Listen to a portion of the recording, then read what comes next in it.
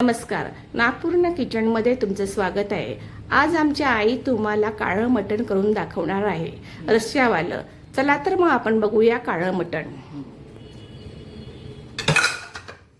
नमस्कार, मी मटणाला फोडणी द्यायला घेते आहे, म्हणजे शिजवण्यासाठी।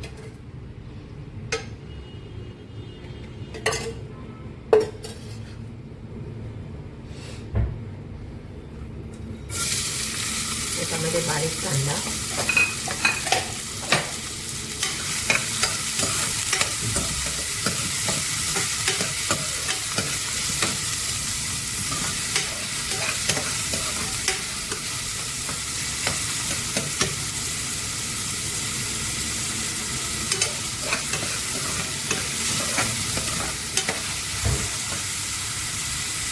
कांदा आता खरपूस होऊ द्या।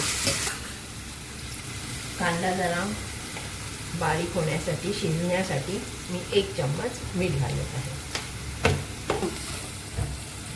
आता मी 1 चम्मच हळद टाकते आहे।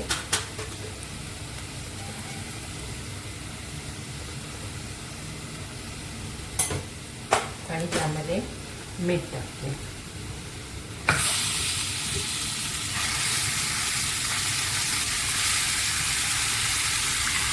किलो मटण आहे,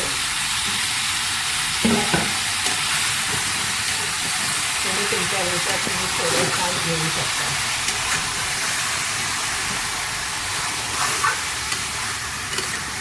या मटणाला मी पाणी न घालता वाफवून घेणार आहे कुकरमध्ये। हे मटण मी मीठ आणि हळद याच्यामध्ये फिरवून घेतले आहे।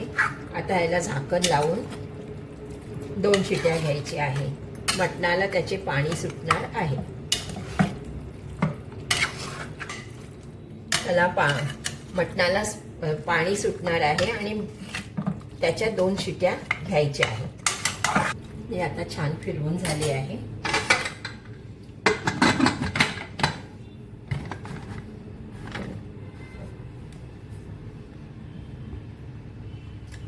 झाकण लावले आहे आणि साधारण 2 शिट्या मी घेणार आहे।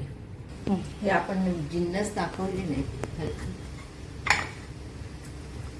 मी हा कांदा घेतला आहे आणि त्याला जरा हमनदस्त्याने ठोकून घेतला आहे आणि ह्यांना आपण भाजून घेणार आहोत। तसेच खोबरंही मी भाजून घेणार आहे।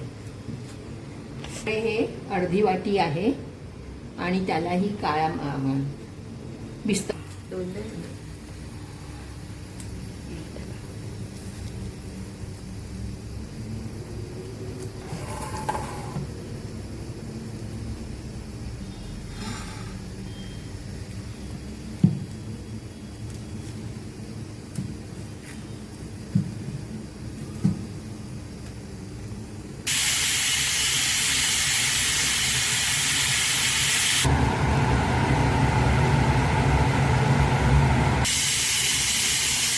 आता मी हे कांदे आणि खोबरं खरपूस भाजून घेतले आहे।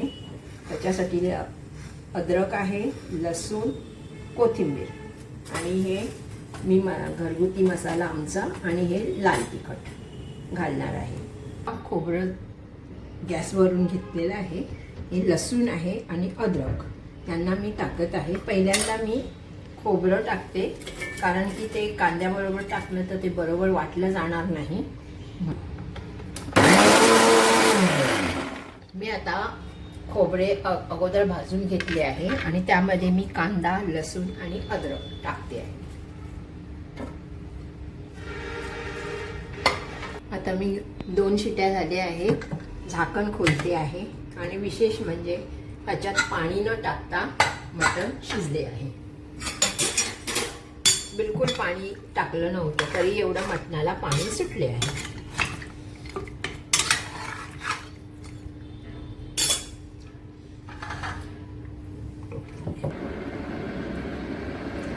मटण छानपैकी शिजले आहे, आपल्याला खायला होईल तसं त्याप्रमाणे तापले आहे आणि त्याच्यामध्ये आता हे मी काढून ठेवलेले मसाले टाकत आहे। कसा वाला घरगुती मसाले, धनिया पावडर, लाल तिखट आणि हळद तुम्ही तुमच्या अंदाजानुसार घेऊ शकता. आणि हा खास काळा मसाला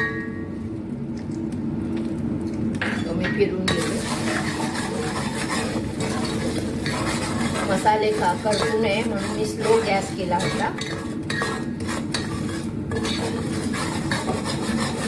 आता हे एकजीव करते आहे. त्यामध्ये मी वाटण टाकते आहे. आपण कांद्या खोबऱ्याचं भाजून केलेलं ते वाटण. आता आपण हे उकळलेलं मटण आपल्या वाटणामध्ये घालत आहोत.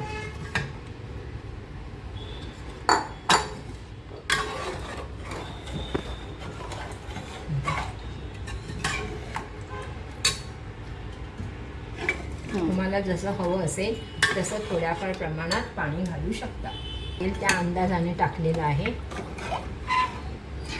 तुम्ही सुद्धा तुमच्या अंदाजाने पाणी घाला. आता उकळी येऊ द्या. आता याला उकळी येऊ द्या. अरे बापरे, मी का बोलते.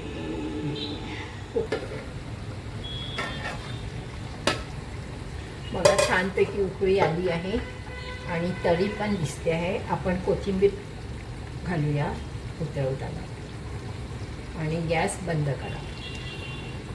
तुम्हाला आवडल्यास तुम्ही पण ही रेसिपी करून बघा.